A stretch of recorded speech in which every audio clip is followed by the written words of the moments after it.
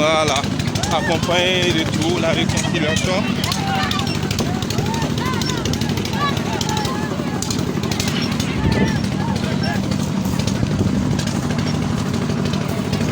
Voilà, nous-mêmes nous sommes à Farabougou aussi. C'est la rentrée de Farabougou. Voilà.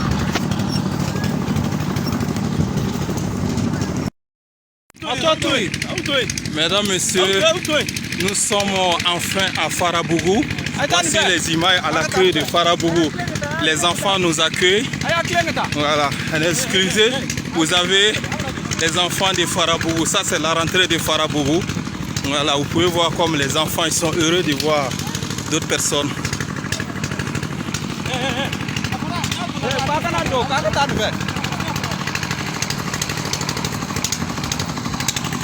Voilà. Voici les images, les premières images de Farabougou.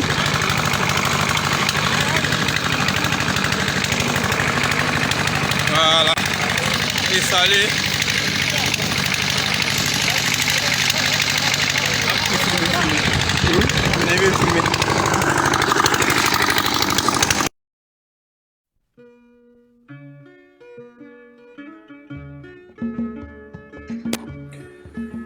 Koko mana gɛlɛya cogo o cogo waati dɔ bɛ s'a la a bɛ laban diɲɛ ko o ko bɛ yen i b'a sɔrɔ la ban waati b'a la diɲɛ ko o ko bɛ yen n'a bɛ kɛ i b'a sɔrɔ a ko kɛtaw ladilikanw bɛ bɔ a kɔnɔ fɛn caman bɛ bɔ a kɔnɔ mun b'a to adamadenw bɛ se ka faamuyali sɔrɔ diɲɛlatigɛ yɛrɛ taabolo la cogo min na wa ko foyi tɛ kɛ ten diɲɛ kɔnɔ kuma dɔnnaw ko ten maliyɛnw aw salamu aleykum n bɛ foli bila se jamanadenw ma mɔgɔ o mɔgɔ bɛ yen nin waati in n'a ko o sɔgɔmɛ couverture média la an ka plateforme sanfɛ ni o ye an ka bɔlɔlɔ siraw ye YouTube Facebook fo ka taa bila WhatsApp siraw kan mɔgɔ mɔgɔ bɛ k'an lajɛ sira o sira kan an bɛ aw bɛɛ fo ka wale ɲuman dɔn a ka jɛmukan man di ni o ye l'émission Thierno Décrypte ko Thierno ka walawala jɛmukan min bɛ yen k'a sigira aw jamanadenw de ye maliyɛn marakaw fulaw bamananw dɔgɔnɔw kɔrɔbɔrɔw miyankaw ani ka fara kasongaw kan maliyɛn bɛ yɔrɔ o yɔrɔ an bɛ bɛɛ fo ka bɛɛ wale ɲuman dɔn aw minnu bɛ nanzara jamana ka taa nafolo ɲini ala ka nafolo nɔgɔya aw ye Faransi jamanaw ni Amérique fo ka taa bila Afrique jamana wɛrɛw la an na ɲinan kanubaa si kelen kelenna ko an bɛ bɛɛ fo ka bɛɛ wale ɲuman dɔn nin waati in na k'a fɔ jɛmukan belebeleba mun ni ouverture média cɛdenw Thierno Ndiaye n'a ka cɛdenw maliyɛnw an bɛ wuli ka jɔ de kɛ jɛmukan minnu bɛ yen k'a bɛ aw jamanadenw nafa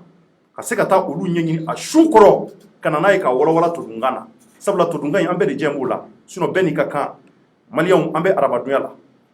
marisi kalo tile 24 san 2021 o ye bi ye mun bɛ n ka nbala kɔnɔ bi n bɛna mun fɔ aw ye todunkan na n bɛna mun walawala aw ye an ka bamanankan cɛnni na mun bɛ yen ka nafa b'a la maliyɛnw o ye kunnafoni duman ye a fɔlɔfɔlɔ ko Farabugu libéré la maliyɛnw ko Farabugu libéré la ko maa minnu bɛ Farabugu ni marifa tun b'u bolo u taara an balimaw ka maloforow ɲɔforow maliyɛnw ka taa bɛɛ tiɲɛ hectare joli ani hectare joli mɔgɔw ka baganw maliyɛnw ka olu faga ka wari baganw minɛ ka taa n'u ye taayɔrɔmadenw la ka Farabugukaw ɲɔnɔ mara la mɔgɔ mɔgɔ bɛ maliyɛnw bɛɛ kun kamana gan bɛɛ kumaw kun cayalen don nka maliyɛnw bi fana ye don dɔ ye bi y'a lakale don ye jamana in y'an bɛɛ ta ye faama minnu bɛ jamana kɔnɔ fantan minnu bɛ jamana kɔnɔ bɛɛ de jɔyɔrɔ ka bɔ jamana ka ɲɛta kɔnɔ an bɔra ka o de ye bi maliyɛnw ka sababu kɛ Farabugu ka libération bi an y'a mɛn k'a fɔ le haut conseil islamique du Mali olu ka cɛdenw de tun bɛ yen Ousmane Cherif Aidara an ka foli bi bila a n'a ka cɛdenw ye minnu bɛ haut conseil kɔnɔ maliyɛnw an da bɛna se nin ma k'o walawala aw ye bi a y'a partager bi ka di dɛ jɛmukan dumanw de kɛ ka caya nka duman kelen kelen minnu n'olu kɛra an b'olu souligner ka ɲɛ n'an tilal'o la maliyɛnw an dara bi wulada in na mugutigini dɔ bɛ yen ala y'a ka kalifa minɛ a la Sotiba Aseyi kɔnɔ mugutigini an y'a fɔ aw ye n k'a tɔgɔ Masira maliyɛnw an ka video kɛra sababu ye mugutigini a somɔgɔw u bɔra a kalama mun de kɛra an ye mun mɛn an bɛna o fana lase aw ma bi arabadonya fɛ bɛɛ ka se ka faamuyali sɔrɔ ani ka tila ka conclusion tira ni o ye ladilikanw ye k'o ɲɛfɔ jamanaden kelen kelenna bɛɛ ye mun b'a to a ɲɔgɔnna wɛrɛ kana kɛ cogo min na an bɛ don jɛmukan kɔnɔ tanba t'an bolo an bɛ retard la dɔɔni yan'o cɛ an b'an kanubaw fo kosɛbɛ a fɔlɔfɔlɔ n bɛ n ba fo ni o ye tanti Ada Berté an kanubaa don wa an ba don an b'a fɔ ka wale ɲuman dɔn ouverture média a kɛra an fɛ a kɛra denw fɛ wa a b'an sama dugawu la an y'a ka dugawu minɛ n'an tɛgɛ fila ye tanti Ada Berté ala ka si ani kɛnɛya d'a ma k'an ba fo tuguni ni o ye tanti Laliya Tamadu ye o ye ne yɛrɛ ba ye maliyɛnw n bɛ dugawu kɛ ala ka si ani kɛnɛya d'a ma k'a mɛn an kɔrɔ o tɛmɛnen kɔfɛ n bɛ Gade fo a n'a ka denbaya bɛɛ ani ka fara madame Bacili Payi Fal kan fo Rennes ni o ye France jamana ye amino jamukan kono jabjar ben kɛrɛfɛ ni o ye premier ministre n'ale de bɛna jɛ ni ka se ka jamukan in ka kolomaya ɲɔgɔn fɛ ka barika don ala aw ka faamuyali sɔrɔ ka tataw sɔrɔ la jabjar ouais décrypte kan jumɛn bɛ yen nɔ ta baasi t'i la kɔni baasi foyi tɛ la cɔrɔ décrypte daminɛ dɛ nin b'a sɔrɔ maliyɛnw kɔrɔtɔlen don siga t'a la maaw kɛ bɛ ka téléphone ni ordinateur bila o kɛrɛfɛ nin waati in na k'an lamɛn folikan dɔ b'i bolo ouais Thierno folikan n b'a daminɛ e yɛrɛ la maa n'i bɛ baara o baara kɛ diɲɛ kɔnɔ a ka kan mɔgɔw hali ni i ka fɔ a la hali n'a y'a sɔrɔ ni i yɛrɛ de y'a opté k'a fɔ ko i b'o o de waleya mais n'i b'a waleya ka ɲɛ i bɛ fo i jɛɲɔgɔn de ye ne ye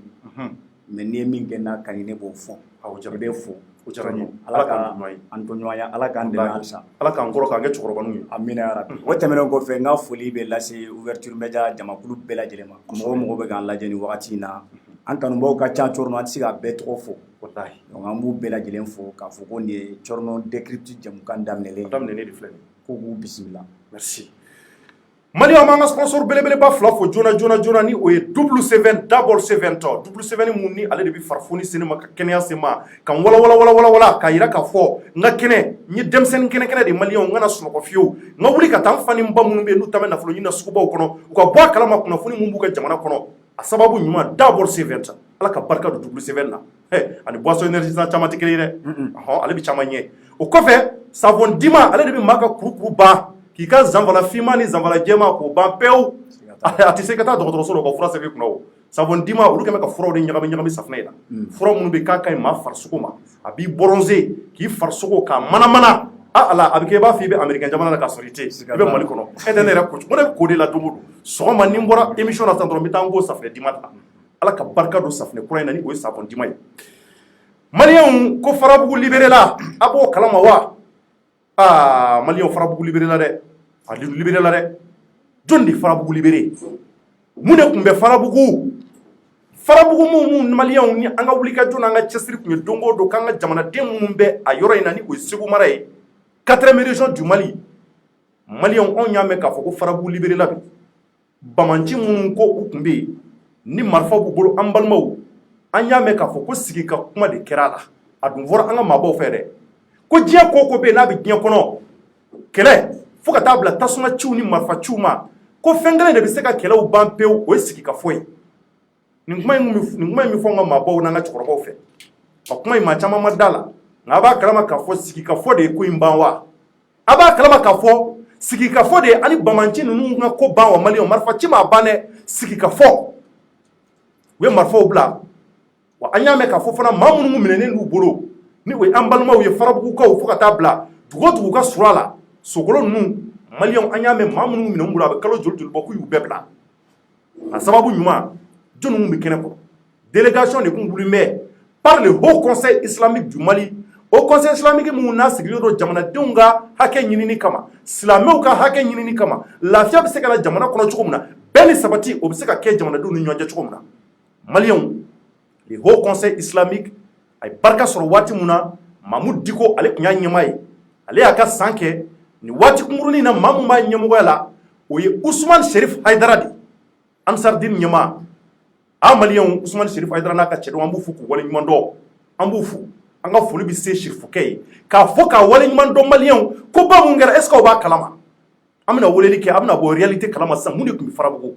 mun de tun kɛra mun ye kɛlɛ in ban tara an bɛ se ka da la k'a fɔ ko kɛlɛ banna wa a b'a kalama k'a fɔ maaw de tɛgɛ dira ɲɔgɔn ma o conseil islamique mɔgɔw fo ka taa bila an ka faamaw la ka wuli ka jɔ kɛ ka ni tiriki tɔrɔkɔ kɛ maliyɛnw san kalo joli walasa kɛlɛ in bɛ se ka nɔgɔya cogo min na k'a sɔrɔ marifa ma ci maa ma sa la maa ni ma bɔ a la maa kan ma tigɛ maliyɛnw kɛnɛ kɔnɔ Bukari Jalo ale tun bɛ kɛnɛ kɔnɔ délégation in na ale tun ye rapporteur ye o tɛmɛnen kɔfɛ ale tun ye rapporteur ye Mohamed Mufa Hayidara ale fana tun bɛ délégation na u y'ale fana don délégation in kɔnɔ ale tun bɛ jɔyɔrɔ jumɛn fa ko point focal entre la commission et les acteurs ale tun bilalen don o ko ɲɛmɔgɔyaw la ka taamasegiw kɛ maaw ni ɲɔgɔn cɛ k'o bɛ se ka nɔgɔya cogo min na komi ale ye cɛkɔrɔba ye o kɔfɛ Musa Bouakar Ba tun b'a la maliyɛnw ale tun bɛ délégation in kɔnɔ Musa Bouakar Ba ale tun bilamɛ place jumɛn na lui il était le chef de la délégation mun taara ka bɔ Bamako kɔnɔ ka taa n'u ye Farabugu ko ka taa sigi ka fɔ kɛ ale tun y'o ɲɛmaa ye maliyɛnw o kɔfɛ a laban tuguni Mamadu Basum o kun interprète kɔrɔ maa mun bɛ kumaw bayɛlɛma n'a sɔrɔ fulaw ni bozow bɛ kuma la u fila si tɛ bamanankan mɛn ale b'a fila bɛɛ mɛn ale b'a yɛlɛma maaw ni ɲɔgɔn cɛ ale tun ye kuma lasela ye ni de kɛra a yɛrɛ ɲɛ bɛ ja tɛmɛtɔ la jaw b'an bolo mun b'a yira k'a fɔ u tun bɛ kɛnɛ kɔnɔ mun b'a yira k'a fɔ ko bloc t'a la dɛ parce que maliyɛn mun bɛ yen k'o bɛ da ko la o ka dɔgɔ caman b'a fɔ ko tare ni marama garatu kana d'a ma k'a fɔ ko kɛlɛ in banna k'a sɔrɔ a ma ban bloc tɛ nin ye dɛ video de fil'an bolo jaw fil'an bolo mun b'a yira k'a fɔ k'a banna pewu nka a kuma tɔ minnu bɛ se ka souligner ka conclure ka ɲɛ kosɛbɛ k'a fɔ Cɔrɔnɔ a bɛ se k'aw hakili sigi jamanadenw bɛ se k'u hakili sigi ko in kɛra cogo min na an bɛ n'o ɲɛfɔ ye mun b'a yira k'a fɔ farabugukaw ye lafiya sɔrɔ u bɛ se ka sunɔgɔ bi hɛrɛ ni baden kɔnɔ ka gɔrɔntɔ k'a sɔrɔ u ma siran u ma yɛgɛyɛgɛ maliyɛnw an bɛna weleli kɛ an bɛna daminɛ Boubacar Ba la ni o ye Mamadu Musa Boubacar Ba ale de tun ye chef de la délégation ye an bɛna ale wele a ka se ka ko in kun tigɛ an ye mun de kɛra exactement Farabugu kɔnɔ yan'an ka Boubacar Ba sɔrɔ ni o ye Musa Boubacar Ba ye Jɛfa ka mɛ ɲɛsin ma i ye nouvelle mɛn kɔni n y'a mɛn Cɔrɔnɔ k'an balima minnu bɛ Farabugu k'u bila la ko lafiya nana e bɛ mun sɔrɔ ka fɔ nin na yanni an ka se ka Musa Ba sɔrɔ Cɔrɔnɔ nisɔndiya don nisɔndiyalen don kojugu parce que n'i ye Farabugu ta k'a lajɛ a bɛ kalo damadɔni bɔ kosɛbɛ an yɛrɛ ye Farabugu ko kuma fɔ yan kosɛbɛ degun mun b'u kan an y'a fɔ maa minnu b'a kɛnɛ kan ka taa a dugutigi kundaw ka taa bila donso minnu kun bɛ yen an y'u wele nin plateau kelen in kan walasa u bɛ se ka ɲɛfɔli k'an ye cogo min na ko tɛmɛna Farabugu ko la Cɔrɔnɔ an da donna a bɛɛ la an kɔrɔ Rasbach a bɛ MCA la bi maa dɔ maa mun ye Farabugu ko kelen kɛ kosɛbɛ wa n'a ye nin mɛn n'a y'a mɛn bi k'a fɔ ko Farabugu libéré la a nisɔndiya bɛ s'a ma hali a bɛ yɔrɔ min na donc maa dɔ maa mun ye wulikajɔ sabati a la kosɛbɛ wa kan ka fɔ a la Cɔrɔnɔ Farabugu ta in nisɔndiya don mun na bari sabula n'i y'a ta k'a lajɛ a bɛ waati caman bɔ degun tun bɛ maa ninnu da la yen kosɛbɛ minnu ye wulikajɔ sabati nin ko la Cɔrɔnɔ nin b'a yira an na k'a fɔ ko mana gɛlɛya cogo o cogo Mali kɔnɔ ko mana gɛlɛya cogo o cogo an yɛrɛ b'a fɔ an ka bamanan yan k'a fɔ ko sigikafɔ ko o ye damu ye wa nin b'a yira an na k'a fɔ ko sigikafɔ ko o de ye damu ye ko ja marifa ni mugu kisɛ ani char combat ko o dɔrɔn tɛ kɛlɛ bɛɛ ban ko o tɛ kɛlɛ bɛɛ ban ko ja n'an yɛrɛbakun sigira ka kuma ɲɔgɔn fɛ k'a yira ɲɔgɔn na k'a fɔ ko anw de ye kelen wa a ka kan an ka don da kelen fɛ ka bɔ da kelen fɛ ko ja Mali kungo an bɛ se k'a ɲɛnabɔ wa nin ye espoir ba de ye Cɔrɔnɔ espoir don an bɛna Boubacar Ba wele parce que ni nin kɛra si mun yira Jɛfa i b'a dɔn ye mun ye n b'a yira jaja hali nord kɛlɛ ani centre kɛlɛ bɛ se ka ban ninnu ye mun kɛ an bɛna Boubacar Ba ɲininka Cɔrɔnɔ ye mun kɛ est ce que u tɛ se ka taa Amadu Kunfara rencontrer wa non Cɔrɔnɔ yada gali taru labɛn bɛ waati jumɛn ɲininkali bɛna tɛnku a la sisan an n'a yɛrɛ bɛna kari ɲɔgɔn na sisan nin waati in na donc ka se k'a ɲininka a bɛ lini ka nin waati kunkurunin na pour que a ka se ka walawalali kɛ u ye ko in kɛ cogo jumɛn maliyɛnw a y'a lamɛn ka ɲɛ kosɛbɛ u ye baara ɲumanba de kɛ nin y'a kalo damadɔ ye a daminɛ sama monsieur Ba salamu aleykum wa aleykum salam wa rahmatulahi ta'ala wa barakatuh ka baasi t'i la kɔni alhamdulillah ba folikan dɔ b'i bolo ka maliyɛnw fo dɔrɔn nisɔndiya min bɛ jamana kɔnɔ bi maliyɛn bɛɛ ka nisɔndiya don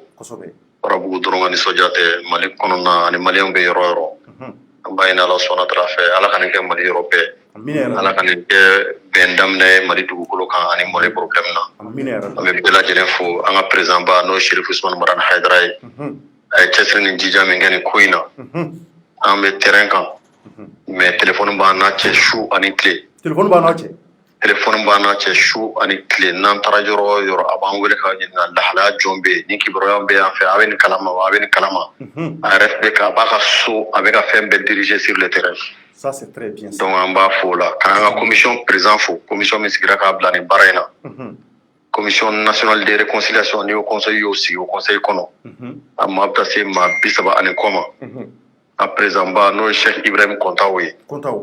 ale de dalen bɛ Sheriff Usmane Marane Hayidara kan o conseil kɔnɔ présidenya la commission min fana sigira réconciliation ka Mali bɛɛ o président ba de fana y'ale ye Sheriff Usmane Marane b'an su cogo min na ale fana b'an su su ani tile a b'an ɲininka a b'an sɛgɛsɛgɛ a y'aw kɛ tan a y'aw kɔlɔsi tan a ka kan an k'a fo k'a barika da ani commission yɛrɛ an ka commission ye an maa 5 n'o ye ne ye k'o faga an balimakɛ Mamadu Mugufa Hayidara n'ale y'an ka point kofɔgali ye kuma fɛn o fɛn bɛ tɛmɛ ayiwa ani jihadistes cɛ o bɛɛ bɛnya bonya o talen bɛ k'ale sɛgɛrɛ u bɛ pasa ale fɛ a bɛ information d'a ma an bɛ pasa a fɛ ka information s'u ma k'o fara an kɔrɔkɛ yɛrɛ kan n'o ye Yakubu Sibi Yakubu Sibi bɛɛ b'a dɔn nin baara ninnu na ale b'a ɲɛdɔn kosɛbɛ prisonnier minnu ni Yadi y'a bila ale yɛrɛ y'a wari ɲini k'a plan dilan k'a stratégie n'a fɛn bɛɛ monter k'a sɔrɔ ka na ko ta ka tɔgɔ ta k'a di au conseil ma ka taa Kidali ka taa prisonniers nɔfɛ donc an ye fɛn caman kɛ ɲɔgɔn fɛ Kidali o ko in na d'accord ale bɛ commission membre k'o fara an dɔgɔkɛ Abubakar Jalo n'ale tun y'an ka Abubakar Jalo n'ale y'an ka rapporteur ye ni mɔgɔ caman y'ale de ye image la bi a n'an kɔrɔkɛ n'o ye Mamadu Basum ye an ka interprète international ale de tun bɛ fɛn bɛɛ interpréter fulakan ani bamanankan na k'o fara maa o maa ni y'an dɛmɛ nin ko in na an ka foli b'a bɛɛ lajɛlen. Merci mais ko in kɛra cogo jumɛn parce que maliyɛnw mago bɛ o de la aw sera ka nin kɛ cogo jumɛn ka se ka Farabugu libérer o de bɛ bɛɛ da kɔnɔ o conseil islamique bɛ se ka taa nin ko in kɛ cogo jumɛn ka Farabugu libérer tari an bɛ se k'a fɔ ko in ye réalité yɛrɛ yɛrɛ de wa a y'a kɛ cogo jumɛn fana. Corona an b'i fo an b'i barika da d'abord jɛ faga ko kuma bɛna ko bɛna Bubakari Ba yɛrɛ bila a ka kuma kosɛbɛ n b'a fɔ bɛɛ lajɛlen ne fa de tɔgɔ ye Bubakari Ba ne tɔgɔ tɛ Bubakari Ba ye ne tɔgɔ ye Musa Bubakari Ba mɔgɔw bɛ wele ko Musa Bubakari Ba n tɔgɔ ye Musa ye n fa tɔgɔ ye Bubakari maliyɛnw ni tɔgɔ fila b'i la dɔrɔn kuma caman u bɛ taa tɔgɔ ye laban i fa tɔgɔ de la an b'a ye kuma caman mɔgɔw b'a ko Bubey k'a sɔrɔ a fa tɔgɔ ye Mohamed Saliya bɛɛ ko Saliya Isa Kawjim bɛɛ ko Kawjim donc ne tɔgɔ ye Musa de ye Musa Bubakari Ba donc k'aw fo k'aw barikada nin baara in bɛɛ lajɛlen b'a dɔn nin tɛ o conseil siɲɛ fɔlɔ ye ni ɲɔgɔn ko b'a la jamana kɔnɔ tuma min na ni ayiwa kɔrɔfɛna binna 2012 au conseil wulila n ye Yakubu Sibi tɔgɔ min f'i ɲɛna k'a bila au conseil délégation ka taa prisonnier 167 a bɛɛ Mali surasi ka na n'u ye ka tila ka dayɛlɛli kɛ ka 100 ani 50 k'a mobiliser k'a fara ɲɔgɔn kan ka taa di Gao ni Kidali ni Tombouctou ka sira dayɛlɛ Croix Rouge ni Croissant Rouge ani Mali dɔgɔtɔrɔw bɛɛ ka se ka don donc koba fɛn o fɛn n'a kɛra jamana in kɔnɔ o conseil sen b'a la o conseil da b'a la ɲali sira fɛ n y'a f'i ɲɛna cogo min na n ko conseil ye jɛkuluba de sigi n'a bɛ fɔ o ma ko commission nationale de réconciliation o ka lancement ba kɛra Mopti o y'a sɔrɔ IBK bɛ fanga la ministre 7 ba kɛnɛ kan o commission ka ayiwa recommandation dɔ de ye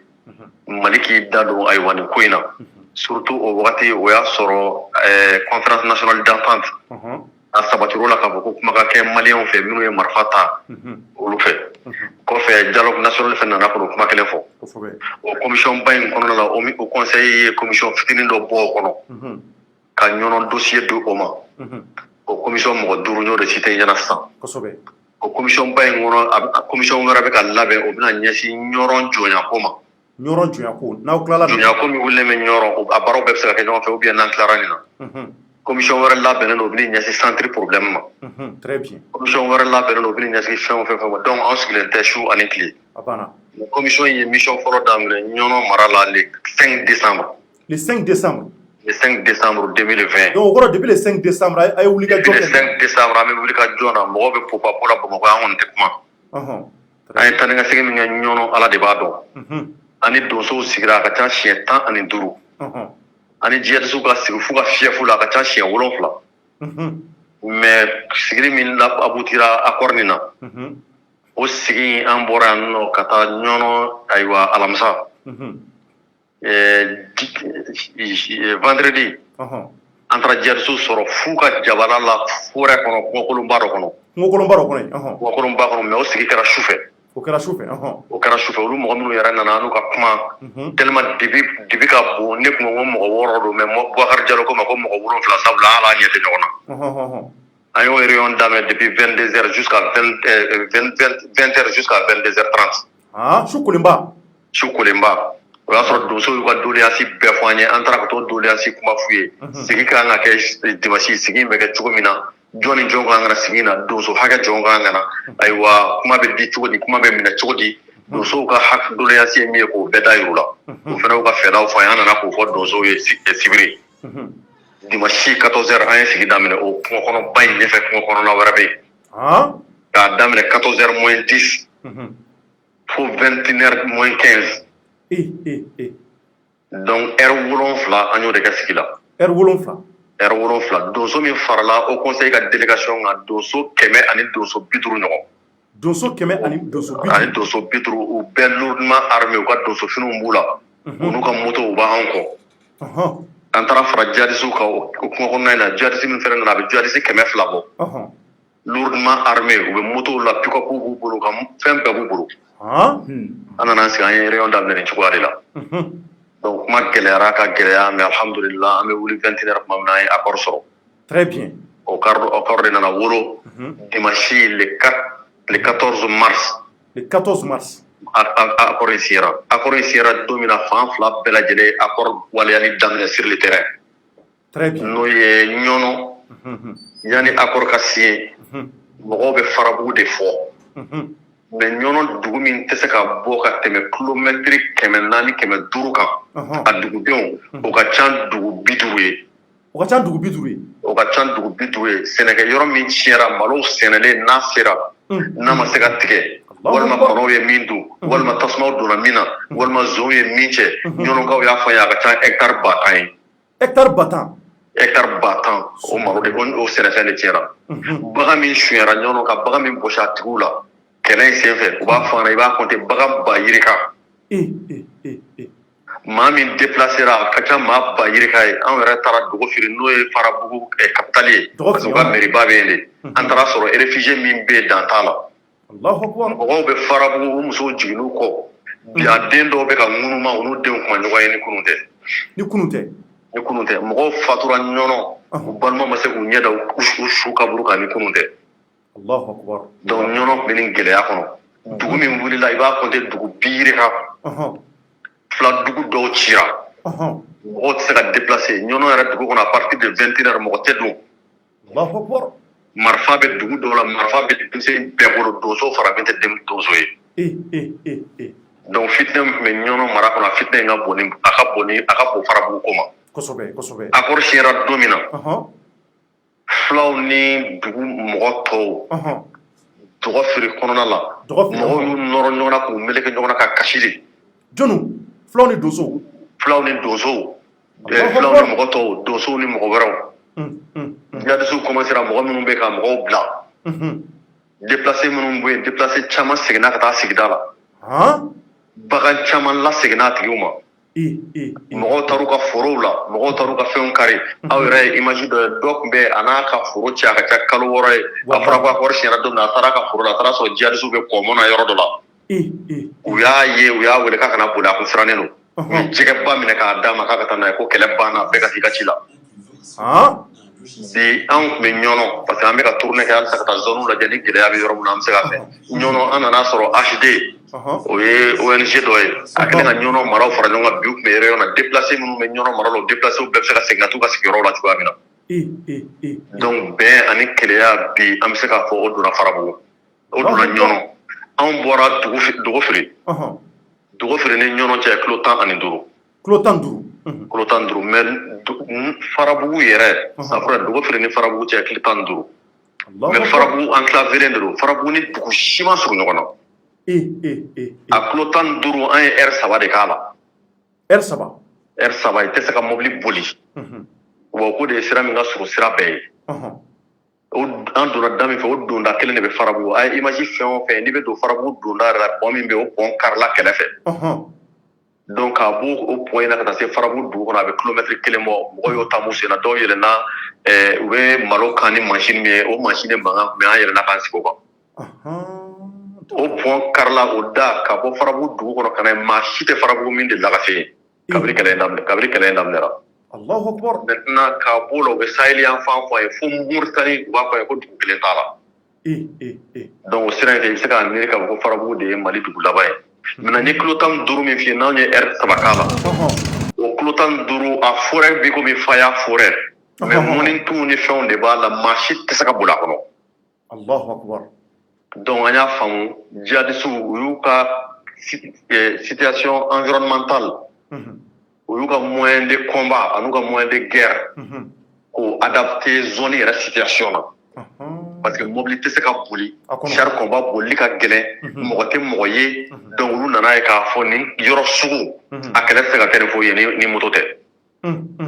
donc o de y'a to moto de fɛnw b'u bolo donc dans une guerre comme la nôtre k'a fɔ k'i bɛ taa moto san ka da an ka sɔrɔsiw fana ma u ka yɛlɛ moto ni fɛnw sanfɛ an tɛ se k'o kɛ an ka sɔrɔsiw bɛ obligé ka kɛlɛ kɛ ni mobili de ye a zone si la mobili tɛ se ka boli donc mɔgɔw bɛ jigin sɔrɔsiw la k'a fɔ ko ni attaque kɛra ko dugu filɛ ko kilo 15 u bɛ heure 2 heure 4 kɛ k'u tɛ na sababu wɛrɛw b'a la mais nin y'a sababuba dɔw ye parce que a yɔrɔ bolili ma nɔgɔ a yɔrɔ bolili ma nɔgɔ surtout ni samiya yɛrɛ kɔni sera c'est pas la peine maintenant an bɔlen dogo firi ka taa Farabugu n ko kilo 15 don an ni djihadistes tɛmɛra ɲɔgɔn na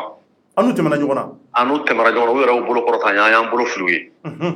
sufɛ an natɔ an ka mobili dɔ pneu crevera u nana tɛmɛ an kɛrɛfɛ u b'u sen na si ma se si ma donc bi anw bɛ se ka seereya maliyɛnw ɲɛkɔrɔ ka seereya diɲɛ selekɛnɛ ni mɔgɔw ɲɛkɔrɔ k'a fɔ bi Farabugu labilara Farabugu k'a bɛ yɔrɔ o yɔrɔ n'a y'i diya i bɛ se ka bɔ ka taa foyi tɛ Farabugu bi armée kɔni bɛ Farabugu mais armée yɛrɛ donni Farabugu cɛ bi armée ma se ka bɔ dugumɔgɔw ma se ka bɔ parce que tiɲɛ yɛrɛ la n'i ko ko armée ka kɛlɛ kɛ zone in na ne ɲɛ t'a kɛlɛ kɛcogo la n tɛ spécialiste militaire ye dɛ mais le bon sens me dit que tiɲɛ yɛrɛ la kɛlɛ in ne ɲɛ t'a kɛlɛ kɛcogo la fɛn o fɛn bɛ nin ko in ban an kɔni ka jate la o de ye sigi ka fɔ ka kɛ kuma ka kɛ mɔgɔw ni bɔra nin ko in na kojugu voilà mais aw ka jala y'an ka sɔrɔsiw ye aw kɛrɛfɛ donc o b'a yira an n'an ka cɛ dɔw de jɛra ka nin baara ninnu kɛ wa non an kelen de wulila k'an ka baara kɛ o conseil kelen n'a ka missionnaire an bɛ don dugu kɔnɔ wagati min na an ye ci bila sɔrɔsiw ma k'a fɔ k'an bɛna don dugu kɔnɔ u ka chefw ye ci f'u ye k'a fɔ conseil bɛna don parce que sɔrɔsiw bɛ bɛn in kalama k'a fɔ ko bɛn signera djihadistes ni donsow cɛ donc o k'an bɛ se ka don mais sɔrɔsiw nana an kunbɛn da la parce que ni fɛn sugu la bɛn ma tɛmɛ sɔrɔsiw ni djihadistes cɛ donc o b'a yira k'a fɔ guerre bɛ continuer armée ni djihadistes cɛ maintenant n'a fɔra ko mɔgɔw bɛna don dugu kɔnɔ armée dun bɛ ka dugu kɔlɔsi mɔgɔ sugu jɔn don a fɔra ko conseil bɛna don mɔgɔ bɛ se k'i infiltrer ka don u cɛla wa i yɛrɛ k'u dɔ ye wa donc armée nana an najɔ da la vraiment ils ont fait un travail professionnel très bien o bonya kan ka kɛ armée ye bien vrai que u ka chef baw ye ci f'u ye kabini Bamakɔ ko conseil bɛ don ils n'ont pas voulu an ka don an donna u yɛrɛ y'an ye u dɛngɛnna k'a fɔ tiɲɛ yɛrɛ la ninnu ye Bamakɔkaw ye an ka cogoya n'an ka fɛn o fɛn mais u bɛɛ la ta u ko k'an k'an jɔ u ma sɔn ka gɛrɛ an na d'accord mɔgɔ kelen de nana ka na gɛrɛ an na k'an ɲininka an ye mɔgɔ nombre jɔn ye mɔgɔ tɔ bɛ kɔfɛ wa n'an bɛ se ka mɔgɔ tɔ kɔnɔ parce que ni mɔgɔ tɔ ye dɔrɔn u bɛ da bloqué mɔgɔ tɛ don donc an y'a faamu k'a fɔ u hakili b'u yɛrɛ la u bɛ baara min na u b'a kalama o yɛrɛ y'an siran dɔɔnin k'a fɔ hali sini ni Farabugukaw ko k'u bɛna bɔ Farabugu ka t'u ka dɔgɔjɔ n'u ka fɛnw na est ce que Farabugukaw segintɔ ka don Farabugu o bɛna kɛ nɔgɔya la tugun wa parce que mɔgɔw bɛ se k'u ɲagami olu la k'a kɛ i n'a fɔ olu fana ye Farabugukaw ye komi bɛn banna an bɛ fɛ ka don dugu kɔnɔ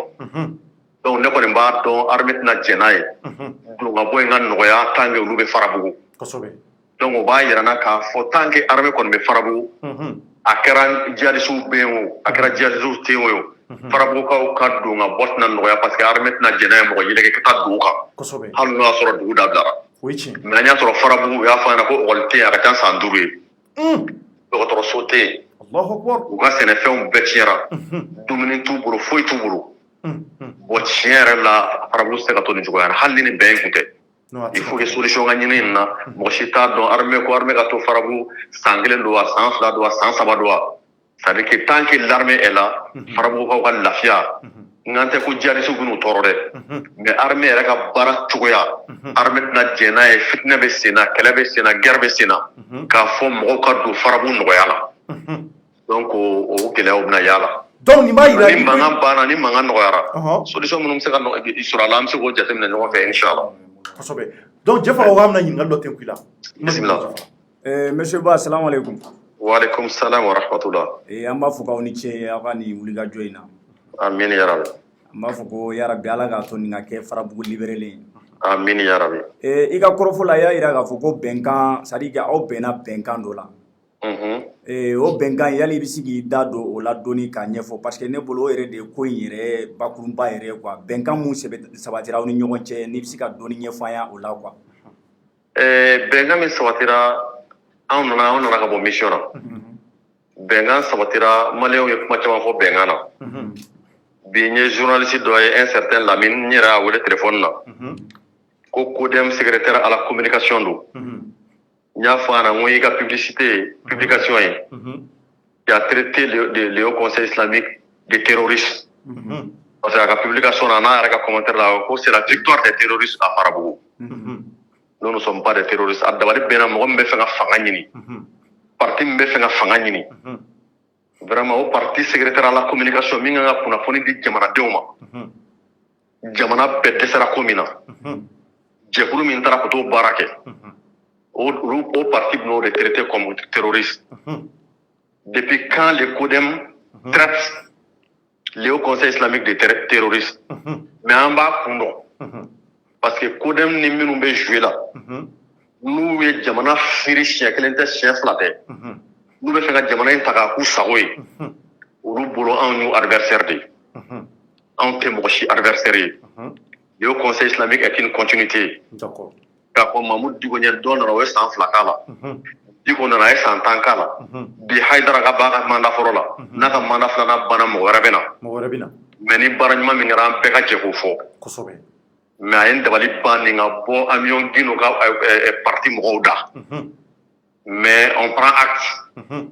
Pour que ma personne dit la action follow me, on te fait un double bengam bella parce que on doit rendre compte au Conseil islamique, au bureau exécutif du Conseil islamique. D'accord. On doit envoyer les rapports acquis des droits. Mais ben connaît élément follow.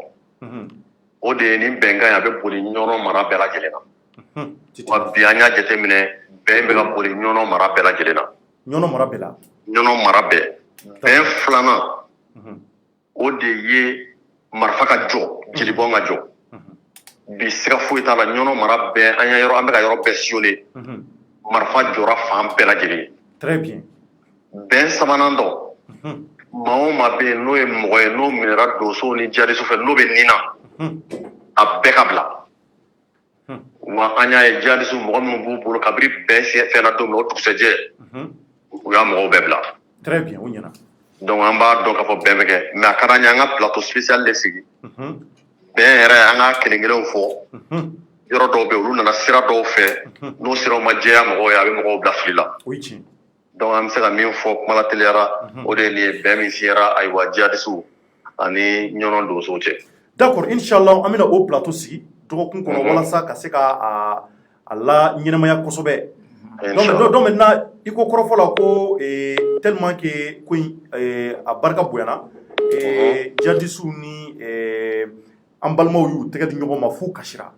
Komi e yɛrɛ tun bɛ kɛnɛ kɔnɔ émotion tun bɛ cogo di u tun b'a la ka mun f'u ni ɲɔgɔn cɛ u tun ka yafa de deli wa walima u tun bɛ ka mun kɛ parce que a ka di ne ye ne ka y'o yɔrɔ fasugu la vraiment n fana ka kasi u fɛ jamanadenw don n'a fɔra an yɛrɛ damaw tun bilala ɲɔgɔn na an tilala ka na bɛn k'an tɛgɛ di ɲɔgɔn ma i b'a sɔrɔ kuma caman bɛ se ka fɔ o yɔrɔ la aw ye jateminɛ jumɛn k'o la.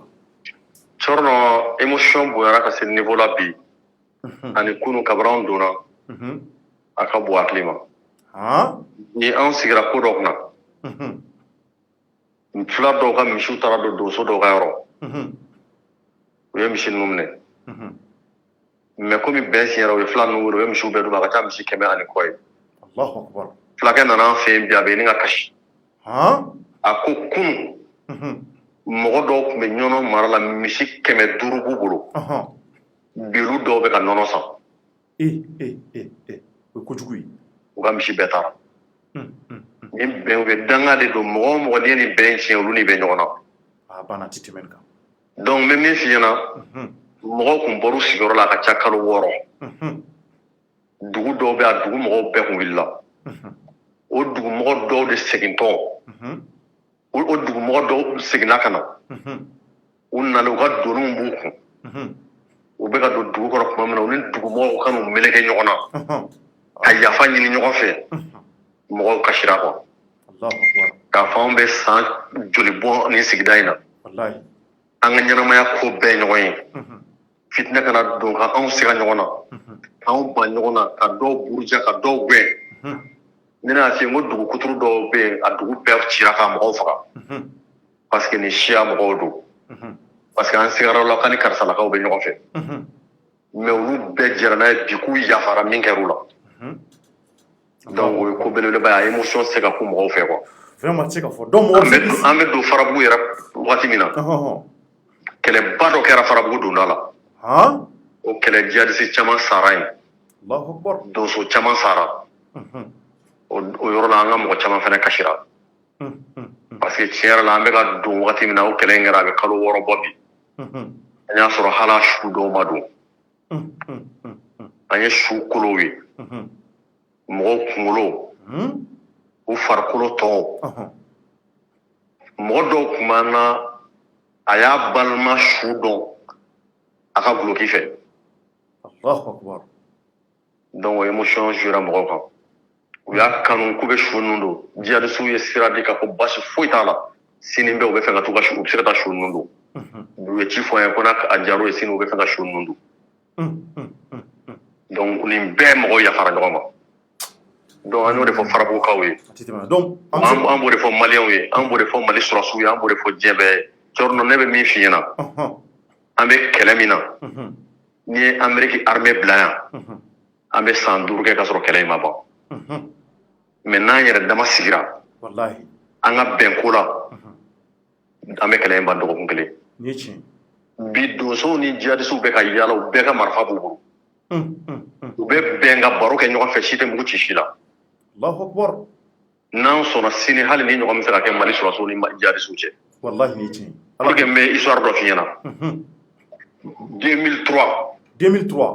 2003 GSPC groupe salafiste pour la prédication et le combat o bɔra Algérie u ye Allemand minɛ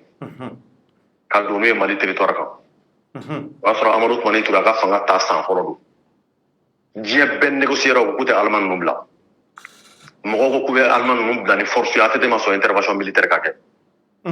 négociation kɛra avec ces groupes là u k'u bɛ Allemand bila mais à condition ka to Mali la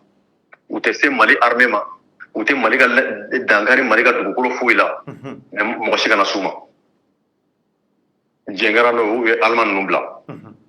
u ye san 9 kɛ Mali dugukolo kan sɔrɔsiw b'a fɔ an ɲɛna k'u n'olu tun bɛ ɲɔgɔn dépanner kungo kɔnɔnaw la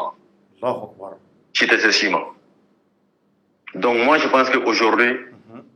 trêve min kɛra ɲɔnɔ nin trêve in bɛ se ka kɛ exemple ye Mali fan bɛɛ lajɛlen nin trêve in bɛ se ka kɛ exemple ye ka protagoniste bɛɛ don a la ka armée don a la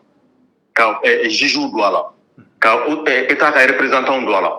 k'a ɲini jihadisiw fɛ état ka représentant bɛ yɔrɔ o yɔrɔ a y'u to yen u ka t'u sigi k'u ka baara kɛ a ye juges to yen k'u ka baara kɛ a ye sɔrɔsiw to yen a ka n'u attaquer aw yɛrɛ fana bɛ to yen fo don min na n'a nana bɛn k'a fɔ nin ko in bɛ se ka kɛ bɛn bannen ye ka tubabuw sen bɔ an ka ko la tubabuw ye o ye n'u ka mɔgɔ min yɛrɛ ka don kaso la u bɛ pression kɛ Mali état ka k'an n'u ka négocier walasa olu ka mɔgɔw bila Sarkozy ye pression kɛ Mali autorité kan ko Wadu Sene bila kaso la o tun ye jihadisiw ka condition dɔ ye walasa ale ka ressortissant ka bila ka taa Faransi o kɛra an bɛɛ ɲɛna yan u bɛ wari bɔ u bɛ fɛn bɛɛ bɔ négociation bɛ kɛ Yadi fɛ a bɛ kɛ Kuba fɛ ni Faransi ye ressortissant minɛra mais olu bɛ se ka na fɔ cogo di k'anw tɛ négocier walasa ka jeli bɔn jɔ an ka jamana kɔnɔ olu bɛ se k'o fɔ an ɲɛna cogo di an ka autorité ka tila ka sɔn o ma donc moi je pense que c'est une demande forte aujourd'hui du peuple malien d'aller en dialogue ne yɛrɛ t'a fɔ ko négociation ne b'a fɔ ko dialogue de parce que négociation ye fɛn wɛrɛ ye mais entre maliens il faut dialoguer an ka bɛn fɛn dɔ la donc mɔgɔ bɛ se k'a fɔ farabugu nin ye farabugu nɔgɔyalen pewu nin ye bɛn nalen ye ɲɔnɔ mara la nin ye bɛn nalen anw bolo farabugu ani ɲɔnɔ mara bɛɛ lajɛlen na d'accord condition minnu fɔra an ma sigi o condition lajɛ inchallah peut-être que ni fɛn minnu kɛra an bɛ se k'o jateminɛ d'accord donc nin b'a yira don nataw la a bɛna taa centre la Mopti maraw ni ani nord la an bɛ taa centre la an bɛ taa Kayi an bɛ taa Gao an bɛ taa Kidal an bɛ taa fan bɛɛ maliyɛn bɛ yɔrɔ o yɔrɔ ni bɛnbaliya bɛ yen an bɛ taa sigi ka kuma ni maliyɛn ye k'a sɔrɔ agenda politique t'an bolo an t'a dabɔ ka électorat dɔ labɛn ko élection bɛ nalen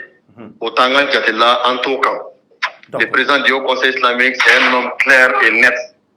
Il ne s'est jamais opposé à l'État. Il ne s'est jamais opposé au pouvoir en place. C'est un homme dont l'objectif est d'aider le pouvoir, d'aider le gouvernement pour que les Maliens soient au gland. Moi, je suis un leader.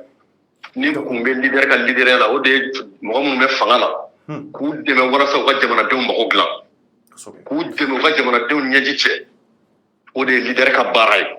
ni ɲɛmɔgɔ dɛsɛr'o la leader kan ka min kɛ a b'o kɛ donc o conseil b'o dynamique de kɔnɔ bi o conseil tɛ b'o kɔnɔ o conseil ka mission ye wa an bɛna jamana in bɛɛ ɲɛna nin ko in na inchallah ala k'o kɛ vraiment ala k'aw sara ka nin baara ɲuman na amin ya rabi merci beaucoup merci beaucoup Thierno.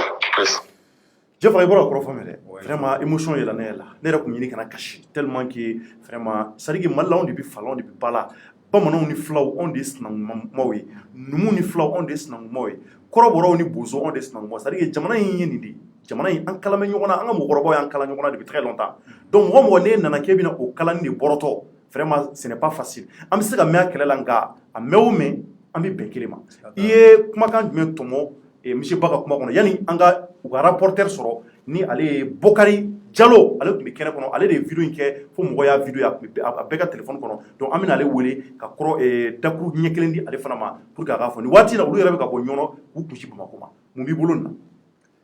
Oui, Thierno, an ye monsieur Ba lamɛn an b'a fɔ ko vraiment ani cɛ ani a nɔfɛmɔgɔw bɛɛ lajɛlen Haut Conseil islamique mɔgɔw bɛɛ lajɛlen an b'u bɛɛ lajɛlen fo n'u ka ɲɛmɔgɔba yɛrɛ ye Usmani Serif Madani Haidara ye an ka foli b'a bɛɛ lajɛlen Mali karamɔgɔba bɛɛ lajɛlen an ka foli b'u bɛɛ lajɛlen. Wallahi. N'i ye monsieur Ba ka kɔrɔfɔ ta k'a lajɛ Thierno a ka kumakan mun ye ne touché kosɛbɛ o de ye Mali tɛ kɛ foyi ye malidenw kɔ. Wallahi. Mali tɛ se ka taga ɲɛ kungo min bɛ Mali da la a tɛ se ka bɔ maliyɛnw kan tant que ni maliyɛndenw yɛrɛ ma sigi ka fɔ kɛ. Wallahi fɛn bɛɛ sigi ka fɔ de. Voilà donc a ka kɔrɔfɔ b'a jira de k'a fɔ ko problème min bɛ Mali kan wa u ka nin wulikajɔ in fana b'o de jira k'a fɔ ko problème bɛ Mali kan a tɛ se ka ɲɛnabɔ tant que ni malidenw tɛ wa u ka nin mɔgɔw bɛ kuma dɔ fɔ kuma bɛɛ an yɛrɛ b'a fɔ k'a fɔ ko faso tɛ jɔ fasodenw kɔ wa fasodenw bɛɛ lajɛlen kan k'i cɛsiri walasa degun min bɛ faso kan a bɛ se ka bɔ a kan. Kosɛbɛ. Ɔ ninnu ka cɛsiri mun ye nin ye u ye wulikajɔ mun kɛ nin ye faso jɔ baara dɔ de don bari sabula u taara ka taa kuma ni u balima minnu ye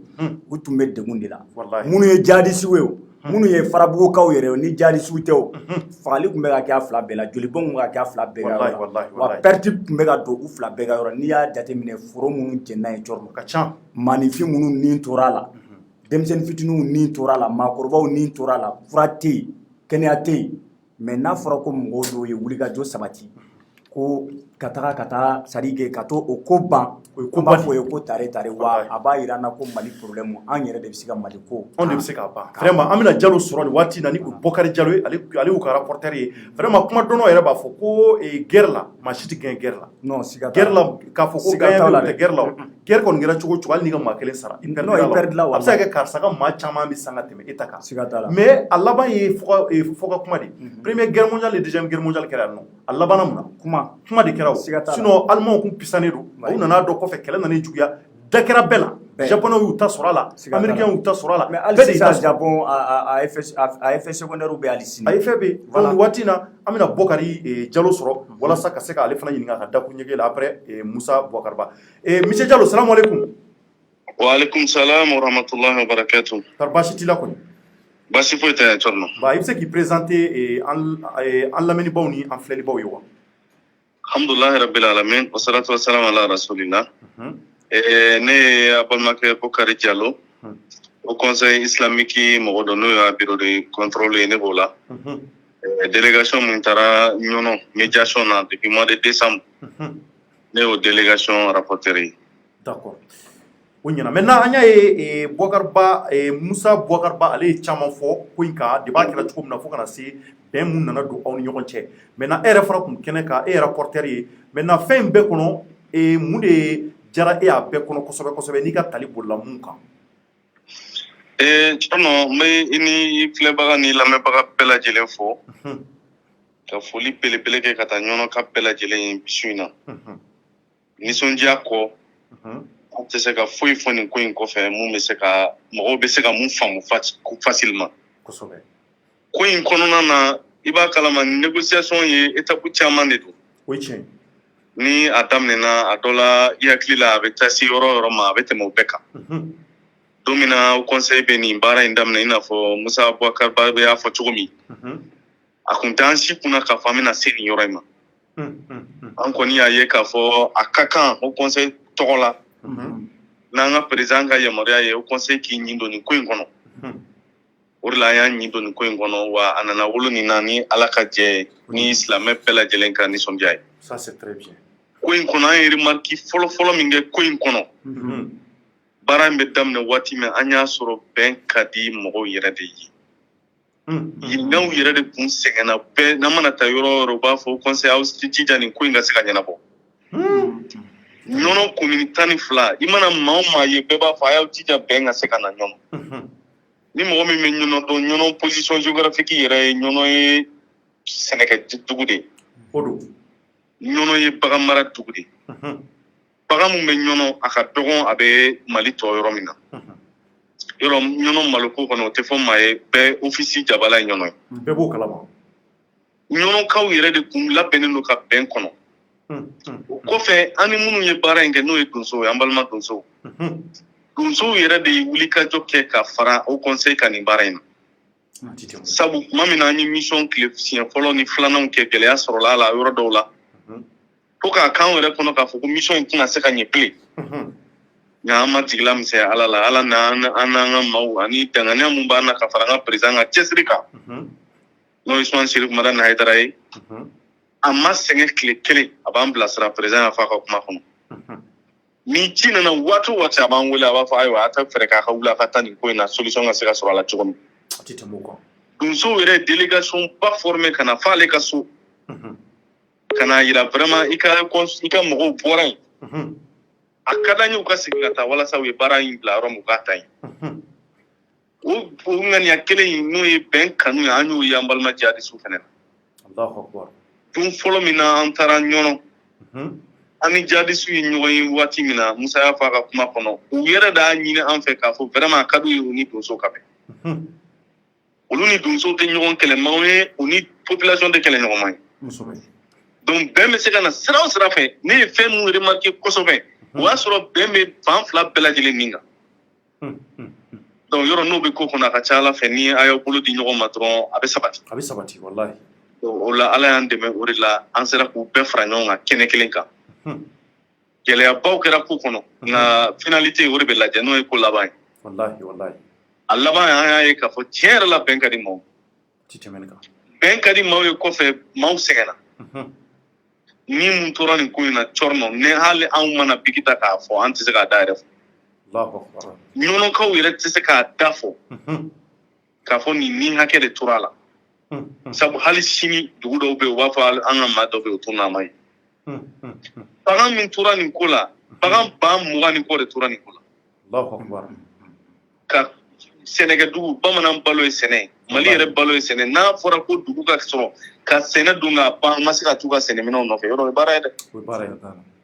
ka taa sɔrɔ fɛnɛ mɔgɔ dɔw y'u ka sɛnɛ kɛ ka engrais k'a la ka fɛn bɛɛ k'a la wallahi cɔrɔnɔ n bɛ ka kuma min f'i ɲɛna an tatɔ Farabugu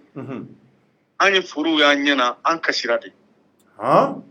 i b'i ɲɛ jɔ ka foro ye f'i ɲɛ dan hectare yirikaw a bɛɛ jeni a si ma se ka kan a ma se ka tigɛ dɔw ma se ka tigɛ fiyewu dɔw tora ten a kisɛw yɛrɛ bɛ dɔw la dɔw yɛrɛ jenina k'a ban pewu k'a ye adamaden ka nafolo de tiɲɛni filɛ a tɛ se ka faamu donc ni sɛgɛn tɛ fila ye ɲɔnɔkaw sɛgɛnna ɲɔnɔkaw tɔɔrɔ la donc ala yɛrɛ de hinɛna Mali la ka hinɛ population na ka hinɛ anw yɛrɛ la an minnu wulila nin ko in da fɛ walasa ka se ka abuti nin baara in na donc jateminɛw min kɛra a la o jateminɛ ye hinɛ ye jateminɛ ye nisɔndiya ye donc maintenant je fanga ɲininkali dɔ b'i bolo non bon donc Jalo an y'a ye k'a bɛ ka na fɔ Bamakɔ yɛrɛ tellement que mission ɲɛna a bɛɛ kɛra aw ɲɛna donc maintenant kɔrɔfɔ laban jumɛn b'i bolo maliyɛnw tulo b'i la bi ko in na voilà mɔgɔw k'a faamuya an lamɛnbagaw mission le 14 mars tɛmɛnen bɛnkan signalen o dugusajɛ lundi an y'an ka minɛnw cɛ an nana Bamakɔ komi bɛɛ b'a kalama o conseil baarakɛlaw bɛɛ bɛ a damana baara la i ka côté la an ka mission filanan de wulila bɛn in kɔfɛ walasa ka taa terrain yɛrɛ kan ka taa ɲɛ da ko yɛrɛ kisɛ kan sabu bɛnkan signalen an ye baara fɔlɔ min kɛ o y'an ye équipe de commission de suivi bila en place o commission de suivi kɔrɔ ye jumɛn yala n'i ye baara ɲuman kɛ n'i kɔ don a la n'a tiɲɛna a bɛ kɛ baara ye walasa an kana kɔ don baara in na an ka ɲɛ don a la téléphone b'an na u cɛ waati bɛɛ lajɛlen na o conseil yɛrɛ kɔnɔ maa min chargelen don o contact direct la o ye an balimakɛ Mohamed Mufa Hayidara an ka serifukɛ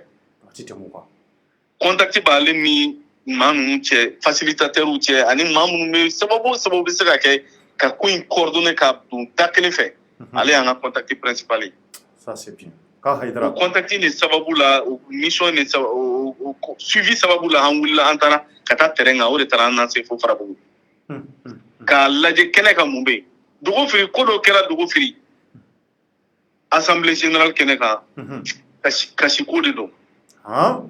mɔgɔw sɔrɔla k'a fɔ a bɛ kalo 5 bɔ dugu dɔw ni ɲɔgɔn cɛ hali a tɛ kulo 30 bɔ mais u ma se ka don ɲɔgɔn na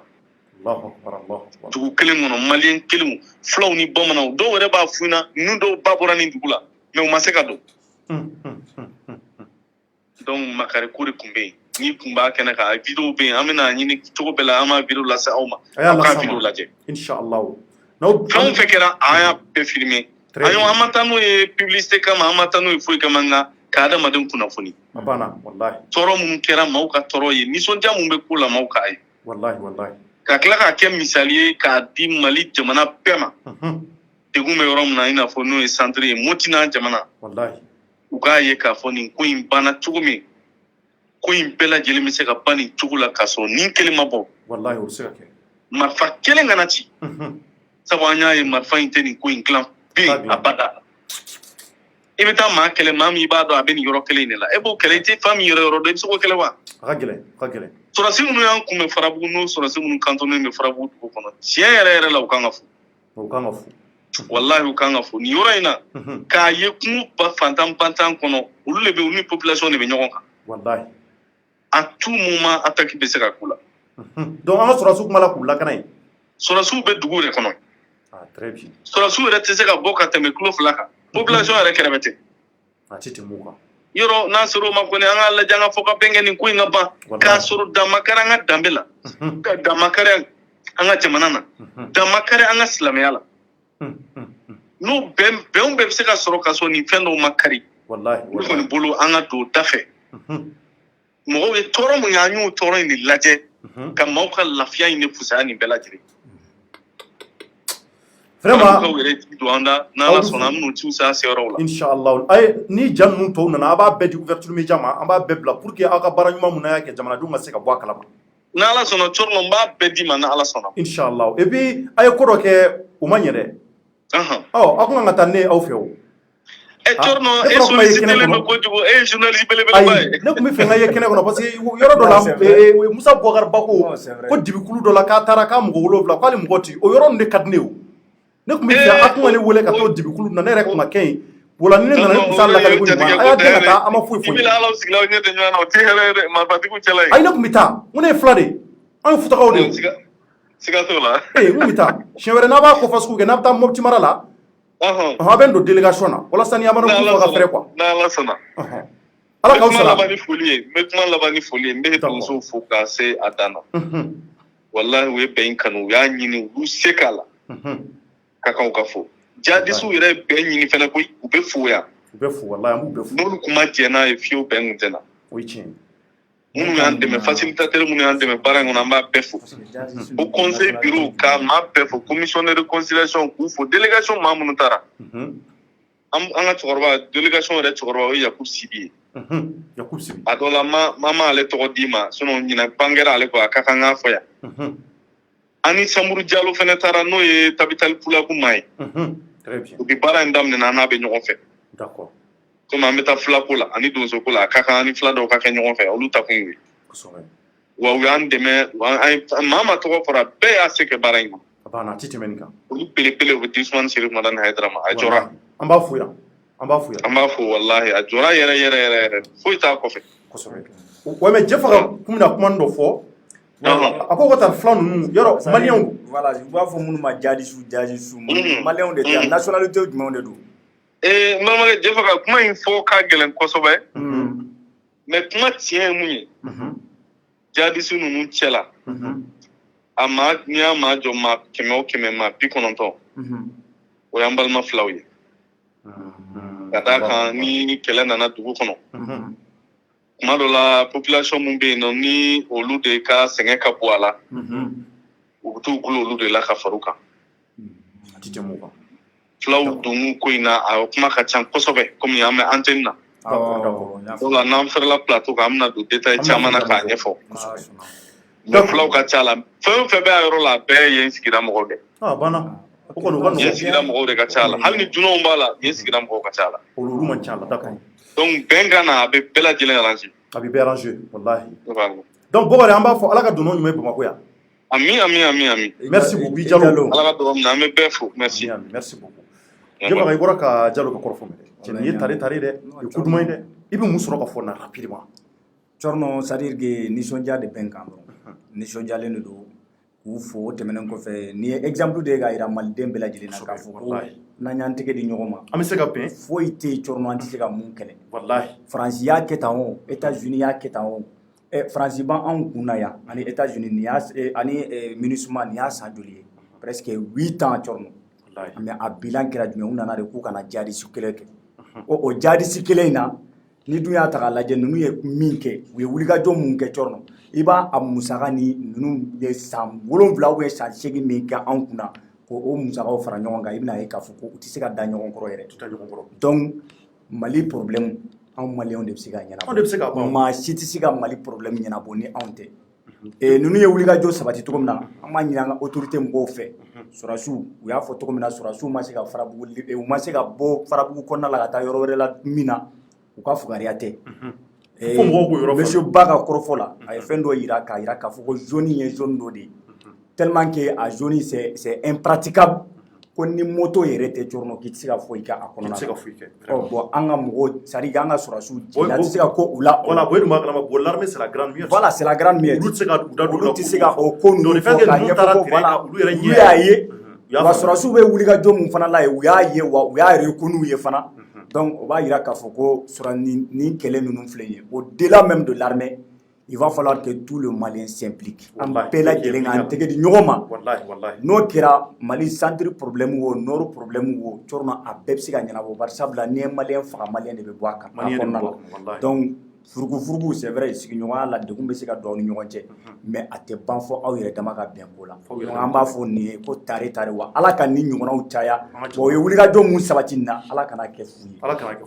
kuma ɲɛna Jɛfaga Maliyɛnw a bɔra ka kumaw lamɛn nin ye kumaba de ye an b'a fɔ bɛɛ ka partager bɛɛ an b'a ɲini an kanuba bɛɛ fɛ mɔgɔ bɛ ka nin lajɛ a y'a partager walasa jamanadenw ka bɔ a kalama ko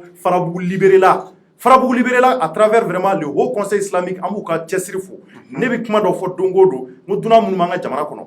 a ma fɔ an k'u gɛnsa gɛnni ka suma fɔlɔ an yɛrɛ k'an yɛrɛ dilan fɔlɔ k'an ɲɛ pewu n'an ka sokɔnɔna furanna k'a jɛ ka parfum kasa dumanw fɛ walima ka wusulan don sokɔnɔna na ka sokɔnɔna nɛɛmaya dɔɔni an bɛ sɔrɔ ka dunanw bɔ sisan ne ka sokɔnɔna ɲɛna a ye taa sisan sokɔnɔ yɛrɛ ma wusu fɔlɔ ka ɲɛ a ma furan ka ɲɛ a ma jɛ ka ɲɛ ne ko k'i bɛ kɔrɔtɔ k'a fɔ k'i bɛ fɛnw kɛ a laban an bɛna to don o don fadensagoya de la ka maaw wele k'u kana an dɛmɛ don o don anw mɔgɔ tɛ maaw kana an dɛmɛ an mɔgɔ tɛ Faransi kana an dɛmɛ an mɔgɔ tɛ Rusi kana an dɛmɛ an mɔgɔ tɛ maa si de la anw mɔgɔ b'an yɛrɛ de la an yɛrɛ de k'an jigi d'an yɛrɛ ka ban n'an b'a ye an b'a fɔ Faransi ka taa ka bɔ an ka Rusi kana dɛ Rusi ka to an ka jamana kɔnɔ an b'olu de fɛ dɛ o kɔrɔ an dalen d'an yɛrɛ la o n'an yɛrɛ y'a lajɛ ka bɛn ni sabati kɛ k'a yira ninnu bɛɛ la k'a fɔ anw ka sira t'aw si la aw bɛɛ ka sa anw m'an tɛgɛ di ɲɔgɔn ma fulaw ni dɔgɔnɔw fulaw ni bamananw u kana an bila ɲɔgɔn na u kana sitanɛ don an ni ɲɔgɔn cɛ anw ka jamana de tun ka di depuis fɔlɔ depuis indépendance donna wallahi Jɛfaga min mun f'i ye anw yɛrɛ dama de tun kulonkɛ kɛ an ni ɲɔgɔn cɛ nka n'i y'a ye ko juguyara sitanɛw de nana don an ni ɲɔgɔn cɛ k'a ɲagami cɛ bɔra k'a fɔ sisan k'a 90% bɛ an yɛrɛ ka jamana mais ko dunanw b'a la dunan minnu b'a nafigiw de don olu de ye nafigiw ye olu de bɛ n'an yɛrɛ damaw bila ɲɔgɔn na k'a kari ɲɔgɔn na an b'a fɔ vraiment Ousmane Serif Hayidara a n'a ka jamakulu Haut Conseil islamique Ala k'u sara u bɛ nin baara ɲuman min kɛ Maliyɛnw vraiment a man ka kɛ baara fu ye ten an k'a dɔn an kana kɛ fitiriwale ni ko ɲɛna a ka fɔ k'a ɲɛna ni ko tiɲɛna fana a ka fɔ k'a tiɲɛna an b'a ɲini fo u ka nin baara ɲuman u k'a caya u k'a baara caya u ka taa centre la u ka Amadu Kun fana n'a ka mɔgɔw rencontrer u k'a lajɛ parce que ale ye tɔgɔ fɔ mɛn ko in na an t'a dɔn nka u k'o rencontrer ani Yada Gali u bɛɛ ka rencontrer an balima fɛn bɛɛ b'u bɛɛ ka rencontrer c'est à dire que danama su ka mɔgɔw bɛɛ ka rencontrer c'est à dire que pour que fo ka bɛn ka kɛ k'a fɔ kɛlɛ yɛrɛ kun ye mun ye dɛ a ka dɔn jateminɛw ka kɛ bɛɛ k'i ka accord signé o ka kɛ kɛlɛ bannen ye o la an ka Mali centre la usine baw ka taa jɔ yen entrepreneurs kana ka na investissement baw kɛ n ko jamana bɛ yiriwa ten de ni kɛlɛ bɛ jamana kɔnɔ a tɛ taa ɲɛ bon foyi tɛ se k'a ban fo ka bɛn an ka dɛgɛ di ɲɔgɔn ma an ka ɲinɛ kɔrɔlenw kɔ an ka lajɛ kura minnu ni u bɛna dans les jours à venir an k'olu ɲɛnamaya ɲɔgɔn fɛ an mago b'o de la donc an bɛ Haut Conseil islamique fo k'u waleɲuman dɔn k'a fɔ nin baara in vraiment an b'u remercier kosɛbɛ délégation minnu bɛ an bɛ sigi u tɔgɔ ka bɛɛ ka dugawu k'u ye Ala k'u sara a fɔlɔ Bokari Jalo ale de bɔra ka kuma ni ale ye rapporteur ye o kɔfɛ Mohamed Mufa Hayidara ale tun ye point focal entre la commission et les acteurs ale tun ye diinɛ ɲɛmaa dɔ fana en même temps Moussa Boubacar Ba ale de tun ye chef de la délégation ye o de bɔra kuma na sisan et puis Sabati 2012 ɲɛmɔgɔ fana don a delila ka bɔ an ka plateau kan yan o kɔfɛ Mamadou Bassoum ale fana tun b'a la o ye interprète ye ani ka fara u caman kan dɔ tun b'a la ko Sibi o fana tun b'a la donc ani ka fara u ka ɲɛmɔgɔ ni o ye Ousmane Chérif Aïdara ye o ye Haut Conseil islamique ɲɛmɔgɔ ye cɛ y'a fɔ a ka kɔrɔfɔ la Bani ni o ye Ousmane Chérif Aïdara ye ko ale tun weleli la tuma bɛɛ a tun weleli kɛ a bɛ ka ko in kɛ cogo di a bɛ ka taa sira jumɛn donc vraiment o kɔrɔ k'a y'a impliqué a la bon a bɛ se ka kɛ maa wɛrɛ impliqué la minnu tɛ fɛ o tɔgɔ ka fɔ Ala ka bɛɛ sara Ala k'u bɛɛ sara hali bi Ala ka bɛn ni sabati k'o bonya Segu mara la Mopti mara la Kayi mara la ani ka fara Nord kan Dieu fɛ Ala k'o kɛ ami Cɔrɔmɔ Maliyɛnw n'an tilal'o la an bɛ taa sujet filanan ani laban na rapidement o man jan tileba in na an welela Maliyɛnw weleli bilala an ma Cɔrɔnɔ n'a ka équipe Mamadu Jɛfaka tun bɛ Nimambolo Yanfa fɛ Kinibolo Yanfa n b'a f'i ye Cɔrɔnɔ Tal tun bɛ yen an dugu bɛ ɲɔgɔn kɔ kunnafoni minnu n'a fɔra jamana kɔnɔ dɔrɔn de to kɔ tuguni o hukumu kɔnɔ an y'a mɛn k'a fɔ an balima dɔ fɛ ni ale tɔgɔ ko Mohamed n'u b'a fɔ a ma ko Misɛn a tɔgɔ ko Misɛn u y'an wele sabula mɔgɔw b'an wele ka kunnafoniw d'an ma u b'a dɔn an bɛ kunnafoni jɛlenw de kɛ bon ni kunnafoni fɔra an di to an sigi o la ten an bɛ taa ɲɛɲini u y'a fɔ n ye ko waliden dɔw ka kalifa de minɛ b'a la kari kɔnɔ ko a fatulen don a fatulen Segu bamanankan don kɔrɔ k'a sara komi saya in mais a ye mɛ fatuli ko maa caman t'a dɔn fatura ou bien a banna walima a sara pour que mɔgɔw k'a faamuya donc ko npogotiginin Ala y'a ka kalifa minɛ a la a su kun dalen don kari kɔnɔ an ye lamɛn su kun dalen bɛ kari kɔnɔ an welela Maliyɛnw an ye wulikajɔ sabati ka don an ka mobili nɔgɔlenni kɔnɔ ka Bamakɔ poussière juguw tigɛ ka taa an jɔki a yɔrɔ la an taara sɔrɔ an ka finitigiw tun bɛ ni o ye 16e arrondissement cɛdenw ye 16e arrondissement u ka commissaire ba ye Goyita ye madame Goyita ye ani ka fara Tunkara kan an b'u fo yan k'u waleɲuman dɔn Danbele an y'ale sɔrɔ kɛnɛ kan ani Mohamed an ɲɛ bɛ su dalen na fini kun dalen don su kan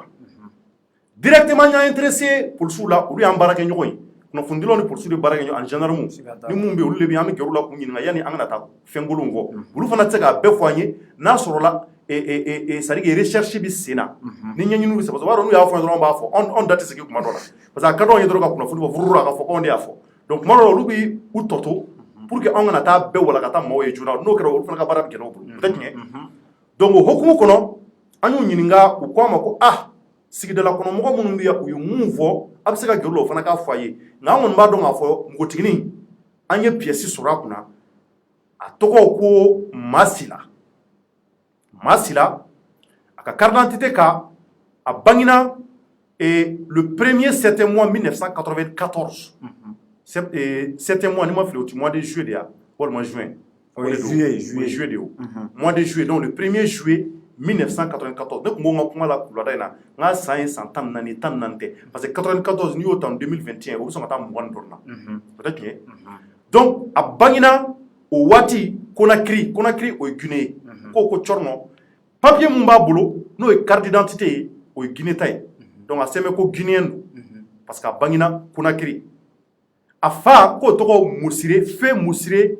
et Salimatu Traoré o kɔrɔ ko a fa n'a ba fila bɛɛ fatulen don parce que n'a fɔra ko Fe o kɔrɔ o kɛlen bɛ ka Fe kɛ avec S voilà des feux donc n'u tun y'a sɛbɛn ko Fe sans S c'est-à-dire que fa in dɔrɔn ka mɔgɔ kelen tɔgɔ fɔ mais u y'a sɛbɛn ko des feux Morsire et Salimatu Traoré donc ko an balimamuso in hôtelière don domicilié à Korofina nka fatuli a kɛra Sotiba Aseyi la donc directement olu y'o kunnafoni f'an ye k'olu kɔni b'o kalama nka mun y'a faga olu tɛ se k'a fɔ ko kuma minnu fɔr'u ye sigidala kɔnɔmɔgɔw fɛ k'o ye tiɲɛ ye nka an fana bɛ se k'an renseigner komi an fana bɛ se ko ɲɛɲiniw na an ye maaw ɲininka ko an ma ko npogotiginin sɔgɔmada joona in fɛ k'a tun bɛ taxi dɔ kɔnɔ a donna taxi kɔnɔ taximani nana n'a ye da dɔ la da mun bɛ ni a da ye da finman ye ko taximani bɔra k'a ko taximani ma yan don o bɔra k'a fɔ npogotiginin mun filɛ nin ye a ko k'a kɔrɔmuso bɛ yan k'a ba dɔ bɛ yan nɔ du in kɔnɔ yan a balima dɔ bɛ du in kɔnɔ directement olu ko ko ayi a balima tɛ yan dɛ wa a ye tɔgɔ mun fɔ a ye tɔgɔ dɔ bɔ ko non k'a bɛ yan k'olu ko ayi ko yan tɛ olu ko ayi i kɔmɛ mun ma o tɔgɔ tɛ anw ka du kɔnɔ yan donc directement taximani ko k'a gɛlɛya ko n ka wari di yan n'i ma fili a fɔra an ye cogo min na dɛ ko o kɛlen kɔnɔ warma sura kuna ni ngadi taximani ma donc a boli ma fait taximani e o yi directement taximani sola ka fo bono do jigi ga bonga taxi kono nyen zeko ke iki sigi yoro do la de bitang mahula mitanga demaya baloli la bana bita musa kaw nyini mumba to mase ngadi demaya bol wal moteri odo parce que taximani fana buga demaya de nyini so na ba tila klika na gwala wa mbufu fana mbufu donc o kono na taximani ngo kaka bo taxi kono a bo chuko fle taxi kono donc maintenant atara da somumbe ni utaru joye oni somu nyashime nyogoma atamana ka bo o so indala ni ngatama tama ka ti jo so were dala aya dan jiri suma koro o malien aya da kontro mununa mata do mumbala anye cheni ndo ka korofo cheni tesa e waldindo parce que bamana ngama no ni ko cheni amna fi ma do ya anye waldindo sorin ko de kera ma folo munye protection civile mo wele ni ulu de ban lakana ni kojuku kera mo bo lu wele ka fo ko ani ngoy mita ango cheni ma anya me ka fo ko e de sapeur pompier wele akobi chukuri ako kale nana vers 13h entre 13h et 14h ale nana dalen soro abika yelema abada kereka abada numambule ambaka ale fana gerlala bo ale gerlala ale aye ka fo ati kenya bala on dirait que a kumbika ke chuku do la quoi donc pour que ale fana kana problème soro ale a mabwala ka soro ka téléphone bo akuna sabla ma nyema do a éduquer me gagner afana e protection civile to na ko ja akundu wuli protection civile mo fana pour la kana juna sabla a ko kera yoro muna an protection civile mara do yan protection civile ka se ulu sera ndro ulu nana soro ala ye ngotini nga kalfa minala ulu yaye ulu ya ko ni va 3 wa bole ma fa 3 la mame donc ulu bora kerefe ulu bole ya kerefe somu koma kundame somu ndala jawu ya faka fo isawo a foro wera kunda kalama o chukoroba nyumanyi o fana bora ka demo ya kono kana ulu nana soro la abini jugwaina donc a bole ma fait ulu fana ye fini do nyini mumba to ka se ka sutura parce que akun dalen do mugutigin do donc akun chugo do donc ulu ye fini ta ka biri adala sabula ala ya ka barake ka ba donc o mun na kera on zere o de la kuma foranye chugo mun anfle ka nyefota a foranye chugo mun de ama fo mamun ya fo yin nyodo de nga foranye tan fana be ka fo chugo yala sabula makanya na parce que mo be se kuma bayele mo na ni fin foto ba fo a chorno ya fota on du ya meta ne ma fota be chorno mun kera nyana mo yo voilà a foranye chugo mun na an fana ya fo o chugo ya de la ama kenya na a shima kenya na ndara chugo na nyanya nyina forata donc au kofe ko kele pour suko ko ulu yu ka baraka ulu bi enquête la ka nyedo munde ya fatu donc ulu fana tsaka magala ta ubina docteur wuli ani sap corbière ko seka ta a shuka seka ta yoro la yoro mbe ka kan tay donc ko karata mo tigini ngoni nya fo nga to ko masida furlinde ni ndado ko ni na furbe wal ma da so ni dima bolo nya fo parce que 40 ko sebenede o tanye o kon sebenende parce que no kun semo be fanye wa c'est 40 ngara yana ka fu parce que mo 40 be se ka ke kalo gele ngo fe woro bi boy ko o be se ka ke o be se ka ke donc maintenant malion woleli blalama anglais jadili la reportage la yan ne reka yele émission na an wolela ka fo ka soma wira ana abay anu kuma na téléphone na o yan wele ka fo chorno ala ka awsara ala ka ouverture média barakela besara ala ka aw deme ngone bamuna akoko sabula aw de kera sababu ye nambura kuno funi ngalama juna sabula ay ne wele sokoma dayina akoko kabi namfi abole mba fe afari mandala donc ako kabi namfi ngo bon ni kare o tamasha ngoni sira kare kono ibi fara kini mbole mba fe dafiman nga bole mba fe mugoti ni mvarala numa mbole mba fe kata jo dafiman yoro la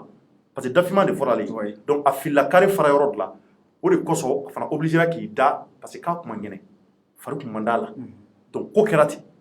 donc maintenant ale ka boa kalama kera onde ouverture média de parce que vidéo lancera ka le ka gardien de vidéo ni o ko e kungo ko mugoti ni nganga na so ni masila do ko qu'est-ce que abika foko do bananga sigida la no tari ni de yebe chorno naka mugo la no ubika kuma do fo donc ale to yi medro masala ko ale jatigara donc malien o hokumu kono muso nya an wuli kan furla an de sababu ya to ale bora kalama juna donc afana dafale bula ka ta 16e arrondissement la ami 16e arrondissement chedon fo damele naka chedon ambu fo officier do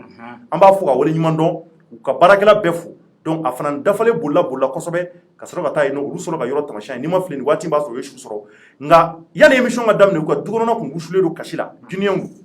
donc déjà o ya somgo informé ka balmo informé donc an mina ka jabla mais somgo ma jeni o kosobe donc en gros c'est pas grave maintenant ama ñini beke et ami do kay ala ka hinana ala ka darone ma ñi mu vo ma kete wal ma ñi do faraka non chorno ya foto na tete mo kan abe kera tande an tagara an yamuye an yo fo mo ye sadi an tale kene ka nyere munye an yo fo mo ye an ye filmel ke ko yira o yana nga se kuma kan munu fora iyo kuma kan de fota wa fora tani ama foko ande a fode mais min fora nye iyo de lasi voilà donc voilà et je pense que chorno ya foto comme na maintenant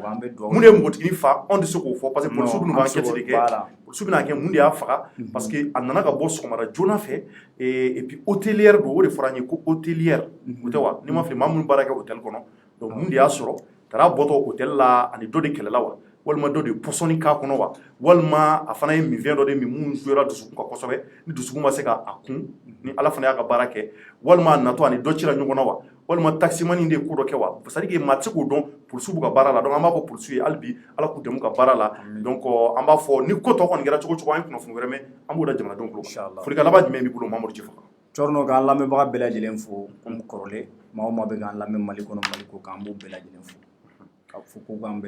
merci Jefaka Malien on est ka foli bibla awye chorno ndia ouverture média la men kanuba befo kanga sponsor officiel ou foni o folo double 7 double 7 mi ba befo ani ka fra savon dima ko ba be kana fere baka wala ka barka do savon dima la aya ka tama nyugo mbalmo ani nkanugo akana décourager fiu ko fe men kanuba befo ngo be chorno kan kosobe nye fambe fe ami yafu la ka foni watina ami yelimani ka fo yelimana ka fona ban su kosobe ko foli bibi yanno bi mu befo mo be yilmani mara la nga fuli bisuma ani kayba jabate fo ka tabla nyoro di Sahel ani ka bla manantali kaw ambu fana fu wala nyumando ya ani ka ta centre bela mi malien be fo nyono kaw anga fuli bisa ofra mari kushala chorno bi fuli bla jamana den kilingina be ma albi ka fo albi ala ka tu nyonyi anga chesri na nga wuli ka jo o kuna funi mun be jamana kono ande ma controla ande ka maka barake on bien ka kuna funu di ani ka akila taw fo o koni nanyo ke nanye la mamu se ka mi ya ka to nyini ke fe amita mun mun tuni nangala ka yeli se ka mi ya ka to wuli nyene wura ki fe tuni sabla barai atitani ngo itse ka jabe amba fali bi jamana ala ka ja ala ka kan sabo ye Mali ala ka teme jamana duma bela merci à toutes et à tous akambe wature au revoir.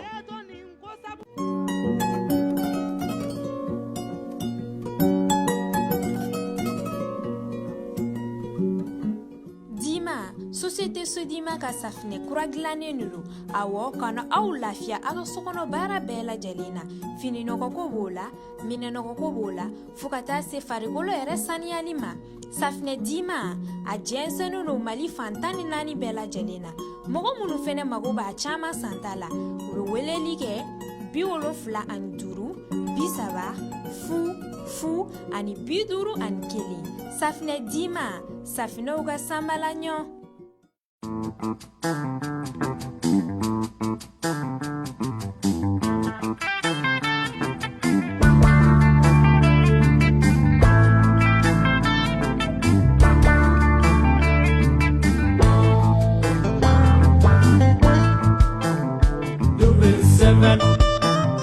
Double seven يريت تسوانا تكيفات تشل خلوة يرها أكتندي وتجرهنا ناس التوماس تزها تقاس double seven هذا مشروب للطاقة اللي شربه ما يترخى ليل النهار وانت فرحة مع دوبل سفن يعطيك طاقة يعطيك طاقة يعطيك طاقة دوبل سفن double seven